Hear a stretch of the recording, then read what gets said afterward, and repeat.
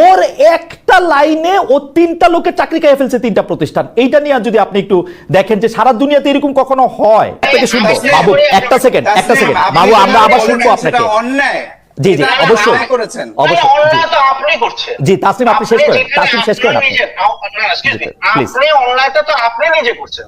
বাংলাদেশ সংবাদ সংস্থার কোনো নীতি নাই, আপনার মুখের কথা যে সাংবাদিক ওই প্রশ্ন করতে পারবেন না, এবং you are trying to impose যে না সাংবাদিকরা সব প্রশ্ন করতে পারবে না। এটা কি একটা দ্বিচারিতা হয়ে গেল না? এনিওয়ে, খালেদ যে আমি একটু বলি, বাবু ভাই, বাবু বসে, আমার মনে হয় আপনি আপনার কথা বলেন, আমি আমারটা বলবো। আপনি ঠিক আছে, আমার মনে হয় যে মাহবুব মোর্শেদ, আমি একটা কথা বলি, আমি একটা কথা বলি, আমার কথা তো তিনি বুঝতেই পারছেন না, আমাকে তিনি কেন কন্টেস্ট করছেন? আপনি উপস্থাপক, আপনি তার প্রশ্নটা তার কাছে করেন, আমি তার কাছে কিন্তু জবাব দেব। কিন্তু আমার কাছে মনে হয় যে মাহবুব মোর্শেদ তিনি আমার কথা বিকৃত করে তিনি বাংলাদেশ সংবাদ সংস্থা, সরকার এগুলো টানছেন কেন উনি?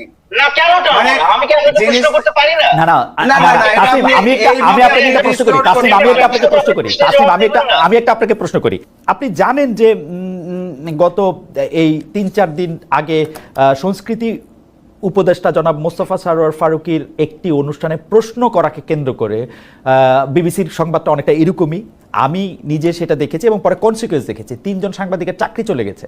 এইটা আপনি আসলে কিভাবে দেখেন? মানে জনাব মাহবুব মোর্শেদ, বাসসের এমডি, সাংবাদিক, লেখক, এটাকে আসলে কিভাবে দেখেন? এটা ঠিক আছে, মানে এরকমই হওয়ার দরকার ছিল, কথা ছিল? এখানে হলো কি, আমরা যদি মানে এইটা একটা যে সংস্কৃতি উপদেষ্টার সামনে তার যে প্রেস কনফারেন্স, সেখানে যে ঘটনাটা ঘটেছে, সেখানে আমরা নানাভাবেই বিষয়টাকে দেখতে পারি। একটা হলো যে আমরা যখন এই প্রোগ্রামটা মানে এখন যে প্রেস কনফারেন্সটা ডাকা হলো, সেখানে সাংবাদিকরা যখন প্রশ্ন করছেন, আপনি নিজে রিপোর্টার ছিলেন, তাসনিম খলিলও রিপোর্টার ছিলেন, আমি সেই অর্থে রিপোর্টিং করিনি, কিন্তু আমরা একটা জিনিস জানি যে আপনি তখনই ওই প্রশ্নটা করবেন যেটা আপনি ছাপবেন বা আপনি দেখাবেন। এখন আমরা যখন দেখি যে সাংবাদিকরা প্রশ্ন করছেন, কিন্তু এইটা তার পত্রিকা বা তার টিভি বা তার মিডিয়ার যে পলিসি সেটার সঙ্গে যাচ্ছে কিনা, তিনি অযথাই প্রশ্ন করছেন কিনা, বা প্রশ্নটার তার নিউজ ভ্যালুটা কোথায়, এটা কিন্তু একটা দিক এরকম আমরা বলতে পারি যে আসলে সাংবাদিক একজন উপদেষ্টার সঙ্গে যখন কিছু জরুরি বিষয়ে, কিছু মানে গুরুত্বপূর্ণ বিষয়ে যখন বাহাসে লিপ্ত হন, যখন তারা পরস্পরের সঙ্গে দ্বিমত করতে থাকেন, তখন আসলে কি সাংবাদিক এইটা নিউজ করার জন্য করছেন নাকি নিজের মতটা প্রতিষ্ঠিত করার জন্য করছেন, এটা আরেকটা দিক। এখন তৃতীয় যে দিকটা, সেটা হলো যে আমার কাছে যেটা মনে হয়, দ্বিতীয় দিকটা নিয়ে আমি একটু বলি যে একজন সাংবাদিকের কাজ কিন্তু বাহাস তৈরি করা না, তিনি কিন্তু এই নিউজটা উপদেষ্টার কাছ থেকে একটা নিউজের বিষয় নেবেন এবং সেটা তিনি নিউজ আকারে প্রকাশ করবেন।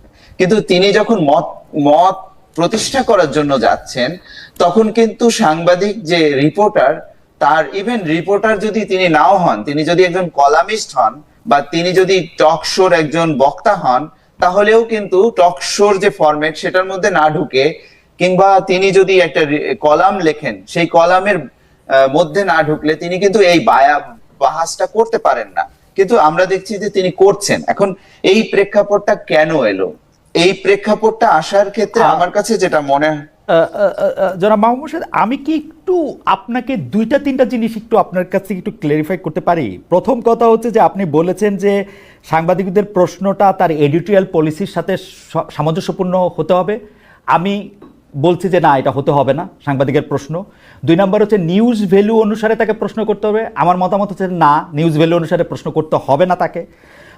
নিজের মত প্রতিষ্ঠিত করছেন কিনা, তার অবশ্যই নিজের ব্যক্তিমত প্রতিষ্ঠা করার যে কোনো সময় যে কোনোভাবে তার এটার অধিকার রয়েছে। বাহাস তৈরি করা বা কলামের মধ্যে গেলে না গেলে এই প্রশ্ন করা ঠিক হবে না, এর প্রত্যেকটি বিষয়ে আমার সাংঘাতিক দ্বিমত। আমি কোথাও এরকম শুনি নাই যে সাংবাদিক কি প্রশ্ন করবে সেইটা এডিটোরিয়াল পলিসি তাকে ঠিক করে দিয়ে তাকে সেখানে এটা পাঠাবে।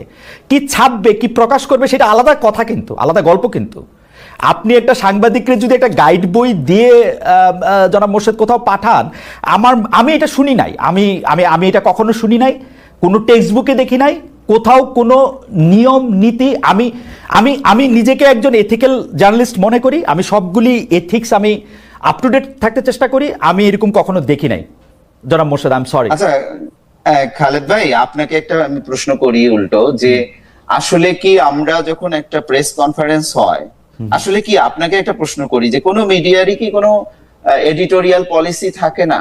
তার সাংবাদিকের কি কোনো এই মান্য কোনো আচার আচরণ থাকে না? আমি আপনাকে আমি আপনাকে প্রশ্নটার উত্তরটা দেই, যদি আপনি আমার থেকে উত্তরটা চান। প্রথম কথা হচ্ছে, অবশ্যই প্রতিটা মিডিয়া হাউসের নিজস্ব পলিসি থাকে, নিজস্ব হাউস রুল থাকে, এবং তারা তাদের পাঠকের কাছে, দর্শকের কাছে দায়বদ্ধ হিসাবে পাবলিক ইন্টারেস্টকে কর্নারস্টোন ধরে তারা অবশ্যই এটার মধ্যে নিউজ করে।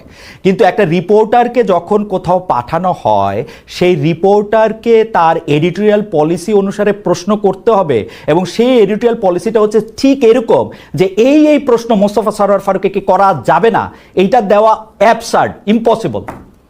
আচ্ছা খালেদ ভাই, আমি আরেকটা প্রশ্ন করি আপনাকে, সেটা হলো যে মোস্তফা সরোয়ার ফারুকী যে প্রেস কনফারেন্সটি করছিলেন, সেটার উদ্দেশ্যটা কি ছিল? আপনি তো দেখেছেন।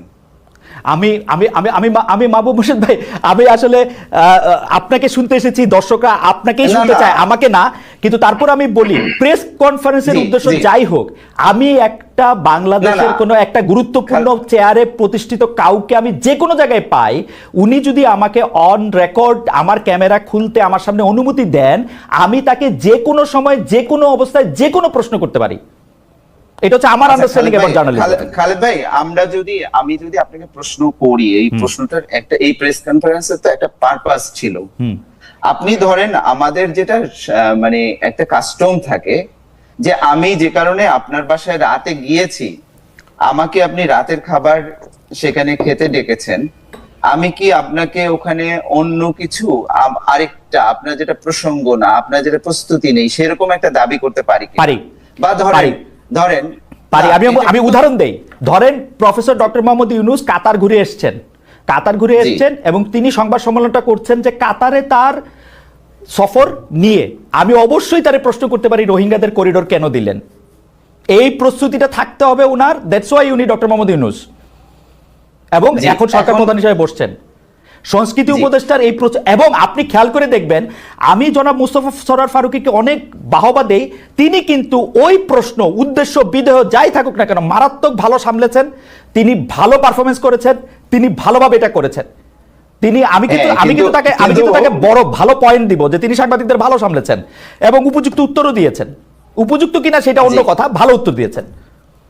আচ্ছা, ভালো উত্তর দিয়েছেন, ঠিক আছে, কিন্তু আপনার কি মনে হয় যে উনি কিন্তু ওই প্রেস কনফারেন্সের ডিটেইলটা যদি আপনি পড়েন, ওখানে কিন্তু উনি বলছেন যে প্রেস কনফারেন্স কেন ডাকলাম, আপনারা এটাকে কোন দিকে নিয়ে না, এটা আমি উনার থেকে একটু সাংবাদিকতা উনি জানবেন এটা আমি আশা করি না। উনি প্রেস কনফারেন্স যে কারণেই ডাকুক, আমি ওনাকে যে কোনো প্রশ্ন করতে পারি। মোর্শেদ ভাই, আপনি এটা চেক করে দেখতে পারেন। এইটা সারা পৃথিবীর সাংবাদিকরা যে কোনো সময়, যে কোনো জায়গায়, যে কোনো লোককে পাবে। উনি যদি অফ দ্য রেকর্ডের শিলটা না নেন, তাহলে উনি এই প্রশ্ন তাকে করতে পারবেন। আচ্ছা খালেদ ভাই, আপনি তো অনেক জি সাউন্ড মনে হয় চলে গেছে। আচ্ছা, আমি একটু প্রশ্ন করি আপনাকে, সেটা হলো আপনি তো অনেক দিন ধরে সাংবাদিকতা করছেন এবং অনেক বড় বড় জায়গায় আপনি সাংবাদিকতা করেছেন। যে কোনো জায়গায়, যে কোনো পরিস্থিতিতে যে কাউকে যে কোনো প্রশ্ন করা যায়, এই বিষয়ে কিছু উদ্ধৃতি আপনি কি আমাদের দিতে পারেন? না, আমি মুখস্থ উদ্ধৃতি দিতে পারবো না, কিন্তু আমার কাছে আমি আপনাকে নিশ্চয়তা দিয়ে বলতেছি, মাহবুব মোর্শেদ ভাই, আমি উদ্ধৃতি মুখস্থ করে আসি না, আমি আপনাকে নিশ্চয়তা দিয়ে বলতেছি।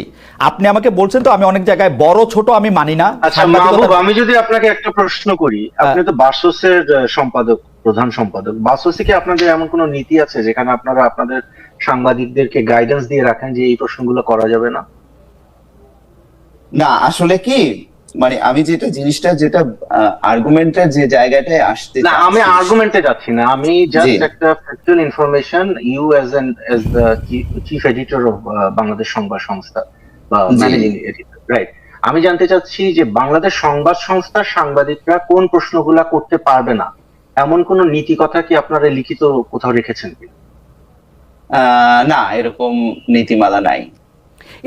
আপনার নিজের আপনাদের নিজেদের কোনো রিটেন পলিসি নাই যে আপনাদের সাংবাদিকরা এই প্রশ্ন করতে পারবে না?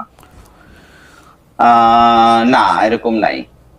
আচ্ছা, তাহলে আমরা আসলে এতক্ষণ ধরে কি তর্কটা করতেছি? আমরা তো এরকম কোনো না, না, নীতিমালা চাই না, না। আচ্ছা, আমার কাছে মনে হয় যে আমি একটু মাঝখান থেকে বলি, আমাদের দর্শকদের মধ্যে অনেকে বলতে আমি বলতেছি, কিছু লোক আমাকে প্রশ্ন করতেছে যে ভাই আপনি 17 বছর কোথায় ছিলেন, কারে কোন দিন কোন প্রশ্ন করছেন, ভাই একটু কষ্ট করে দেখে নেন আমি কোন দিন কারে কি প্রশ্ন করছি, আগে একটু দেখেন তাইলে আবার একটু বললেন। আর আরেকজন বলতেছেন যে 3টা প্রশ্ন ছিল, 3টাই ছিল উদ্দেশ্যমূলক। আমি বলতে চাই যে হ্যাঁ 3টাই উদ্দেশ্যমূলক প্রশ্ন ছিল, কিন্তু উদ্দেশ্যমূলক প্রশ্ন করার অধিকারও সাংবাদিকের আছে এবং এই প্রশ্ন করা কোনো ক্রাইম না। তবে যারা মাহমুদ হোসেন, আপনি যদি একটু সময় দেন আমারে, আমি একটা মিনিট আবার একটু তাসিম থেকে ঘুরে আসি। তাসিম, আমার কাছে কিন্তু মনে হচ্ছে এখানে সরকারের যত না দায়, তার চেয়ে অনেক বেশি দায় আমাদের এই দুর্বল এবং খুবই নতজানু এই প্রতিষ্ঠানগুলার, যে প্রতিষ্ঠানগুলি তার সাংবাদিকদের ব্যাক করে না। একটা প্রশ্ন করার জন্য একটা কি জানি ওই প্রতিষ্ঠানটার নাম জানি কি,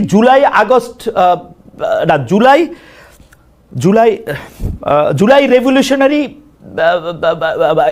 ওরকম একটা সংস্থা তাকে বলছে যে মার্চ করবে, ওর একটা লাইনে ও 3টা লোকের চাকরি খেয়ে ফেলছে, 3টা প্রতিষ্ঠান। এইটা নিয়ে যদি আপনি একটু দেখেন যে সারা দুনিয়াতে এরকম কখনো হয়, মানে একটা প্রশ্ন করে আসছে তারে ব্যাক না করে তারে স্যাক করে দেয়। আমি তো সরকারের দায়ের চেয়ে বেশি ওদের। না, আমি অবশ্যই আপনাকে বলতে পারি যে